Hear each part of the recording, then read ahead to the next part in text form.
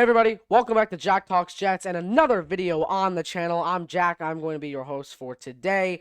Thank you to everyone who is coming back to the channel, coming back to another video. As you guys know in the title, today's topic is about the Jets off season. Of course, after the firing of Robert Saleh, which kept us in a deep hole for the 2024 season with Jeff Ulbrich as our interim head coach. Unfortunately, that did not go so well. So the Jets hired Aaron Glenn, and unfortunately, I apologize, I'm very late on this.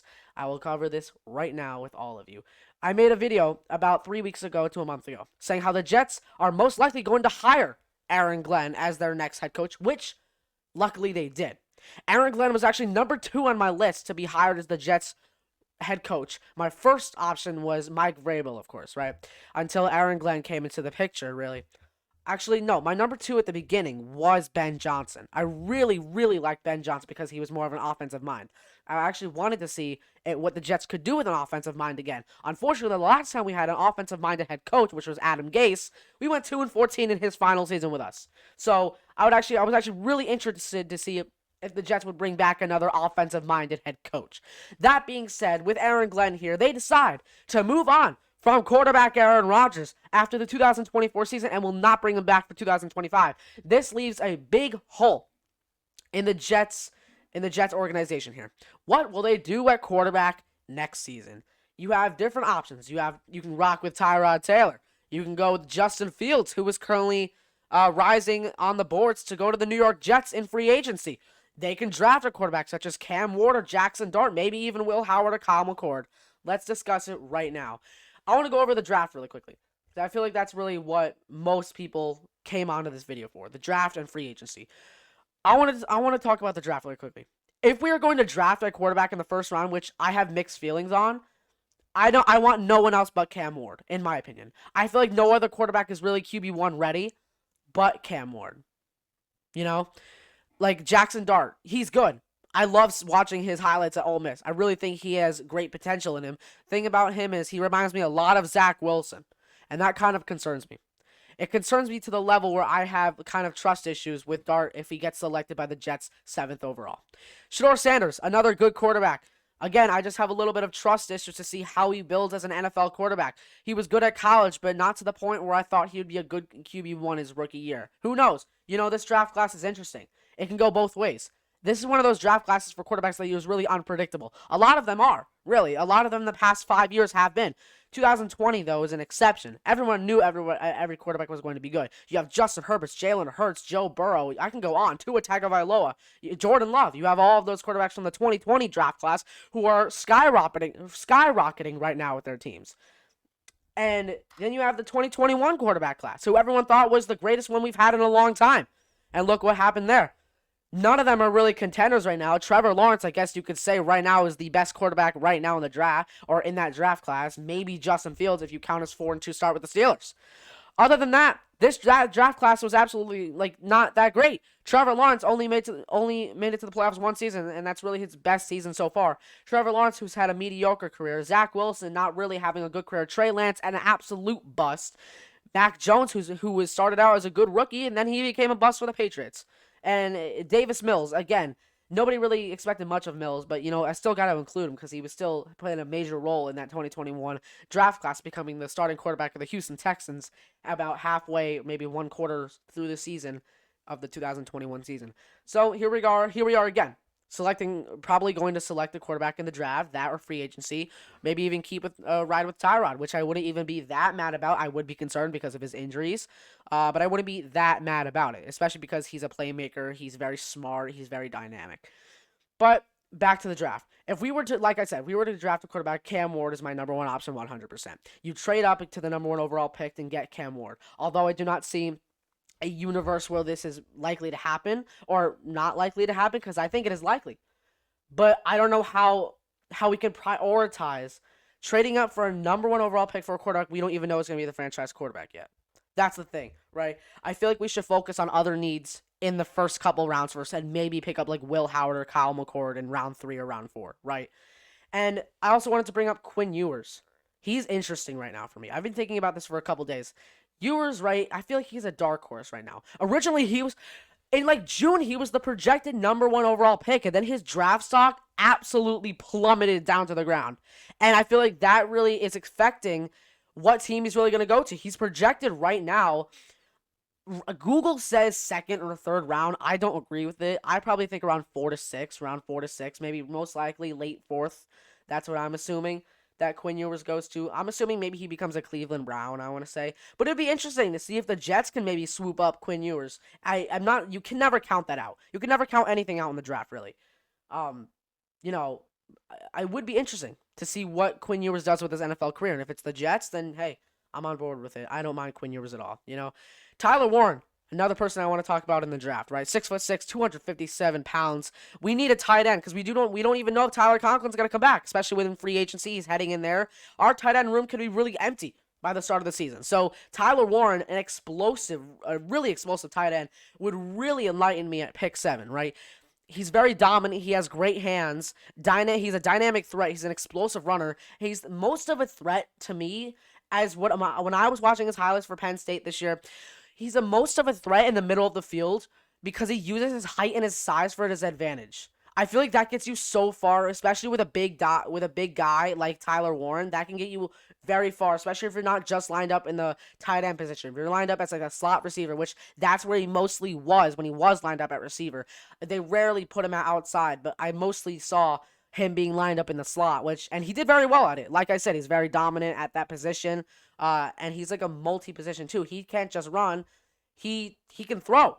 If you guys saw last year, watching any Penn State games, he can throw the ball, which I feel like can be pretty useful for us if if our new offensive coordinator wants to use him like that. I would be on board with it, But I don't know. The Jets are very unpredictable right now at pick number 7. I wouldn't be surprised if they drafted Tyler Warren, maybe even a quarterback like Jackson Dart. Again, not my favorite quarterback to pick in the draft, but hey, we'll see how it goes. Shedeur Sanders, I think I already addressed that. I don't know if he's like quarterback 1 ready, which is why I wouldn't be too happy with the Jets getting him if they trade all these picks away or all the way up to number 1 or number 2 just to get Shedeur Sanders. Again, I wouldn't be terribly mad at it. I'd honestly rather have Sanders than Dart, just by a little bit, only just by a smidge, right?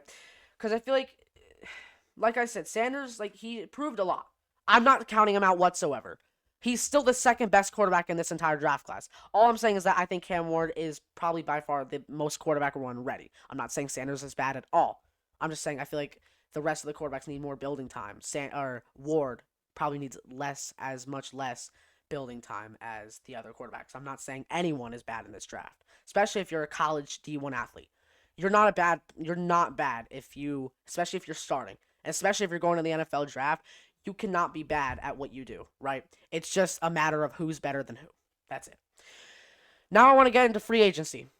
The top name for the New York Jets to get in free agency at quarterback right now is, of course, Justin Fields. Fields, who is currently entering free agency after having a pretty successful season with the Steelers, going 4-2 with them before being benched for Russell Wilson about halfway through the season, or 1/4 through the season. It was actually Russell Wilson's first game was against the New York Jets, where they absolutely destroyed us in the second half. 37, I believe the score was 37-15. Someone correct me if I'm wrong in the comments. So yeah, and we were winning that game 15-6 as well. And then we sold like we did the majority of the season. But that's why Aaron Glenn and Darren Moogie were brought here. So the Jets do not have to sell their season anymore. And speaking of selling their season away, right? I want to talk about the patience that we need to have with this new scheme. I like what I'm seeing so far. It's not what we've had for the past 3 seasons, where it's been, let's go win right away. I expect 11-6 for this team, 12-5. Let's go win. We have Rodgers. We're ready. Let's go win. No. I like how, so far, Moogie and Glenn are taking it slow. I love the patience that this coaching staff is currently having with this new team. I love it.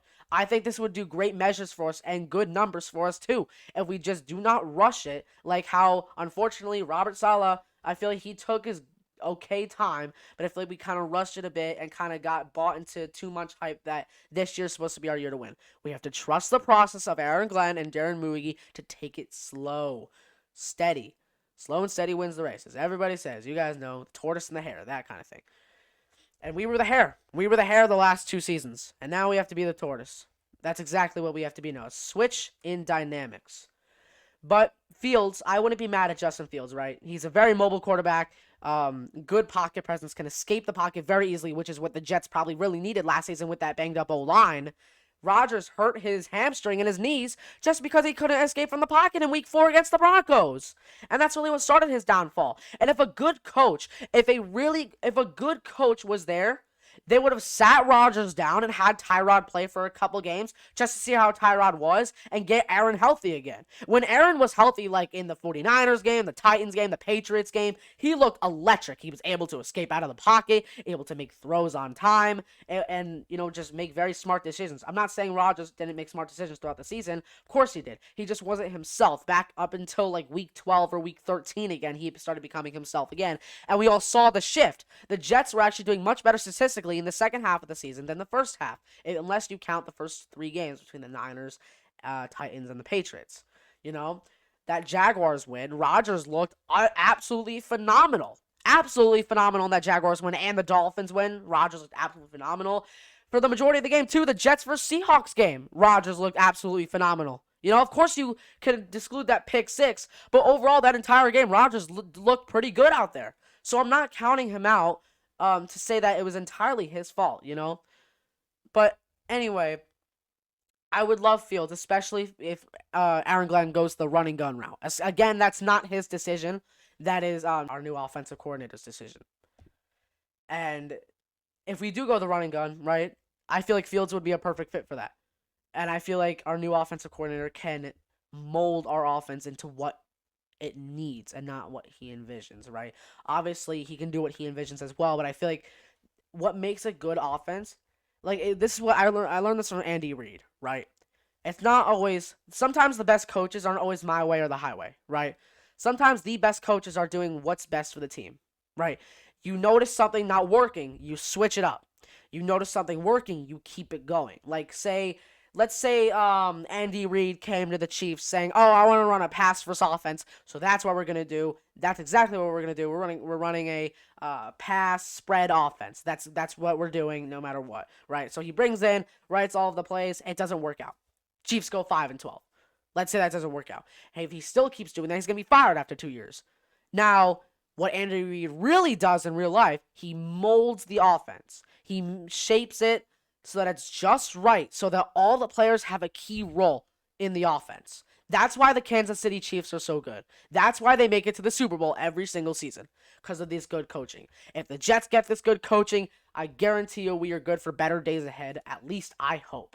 I really hope this coaching scheme, and this front office can really get us to victory, because I'm feeling very confident about them, because I really like the patience and the endurance that these coaches are taking so far. Again, I can't judge it really until week 1, or at least until halfway through the season. At least, actually, probably not even till the halfway through the second season, believe it or not. Maybe even the end of the second season.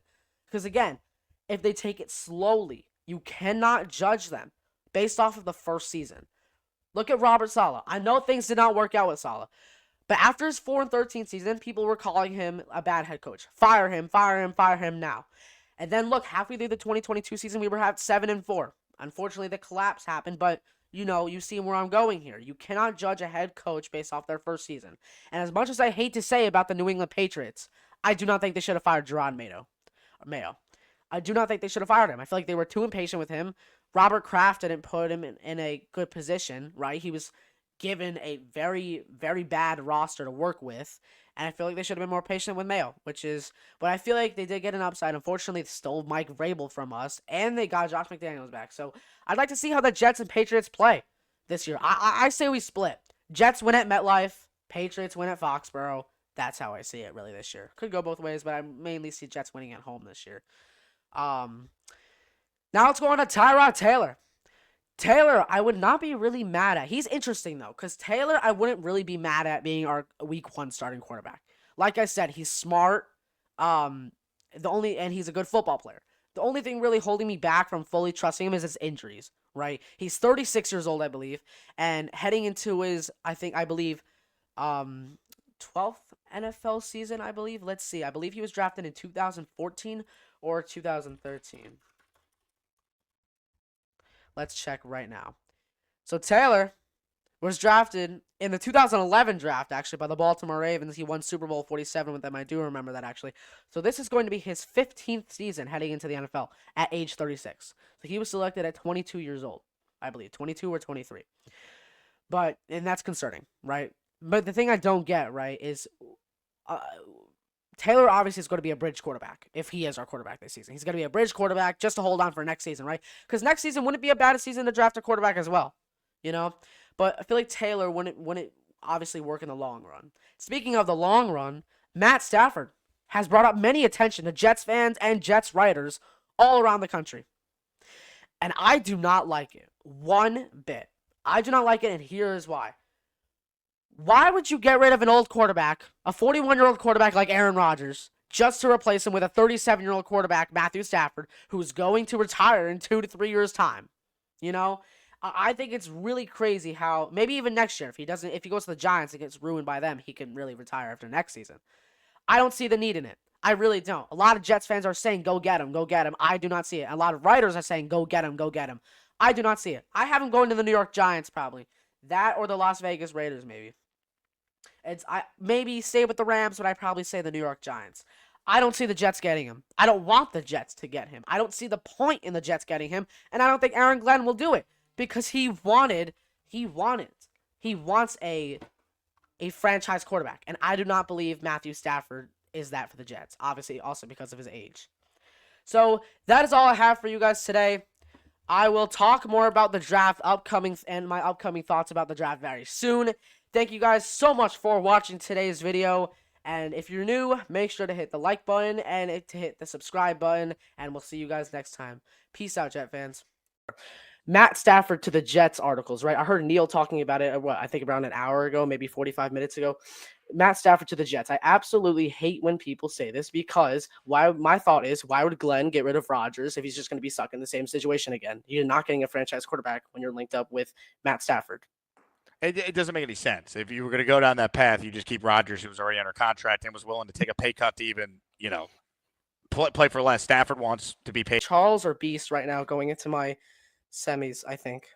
That's a tough one because you look at that bracket, right? And Beast Breaker in the chicken soup region, if him and Charles were to match up in the Elite Eight, I mean, Gorman would have to get through a couple real heavy hitters on his way. I think the potential of a Beast versus King Lowski and who's the loudest matchup might be captivating for the audience. Especially if we can see Bobby and Mikey in the Sweet 16. Yeah, I mean, that you talk about a battle of the Titans. I mean, the Midnight Brothers in the Sweet 16. Wow. Mm-hmm. Yeah, I don't think this bracket will not disappoint. Hopefully you do this again next year. Number 7. I know you were talking about Mason Graham before, but how do you I apologize again. I just started tuning in a couple minutes ago. If you said this already, but how do you feel about Tyler Warren if we pick him at 7? Because I feel like it's uncertain so far of our tight end future, Yeah, Jack, that's a great question because tight end room is, like you said, very uncertain. Tyler Conklin, pending free agent. Kenny Yeboah, pending free agent. Jeremy Ruckert's a cut candidate. So, obviously, they need a lot of help at the tight end position. This is a stacked overall, though, tight end class. You mentioned Tyler Warren. There's Colston Loveland, Mason Taylor.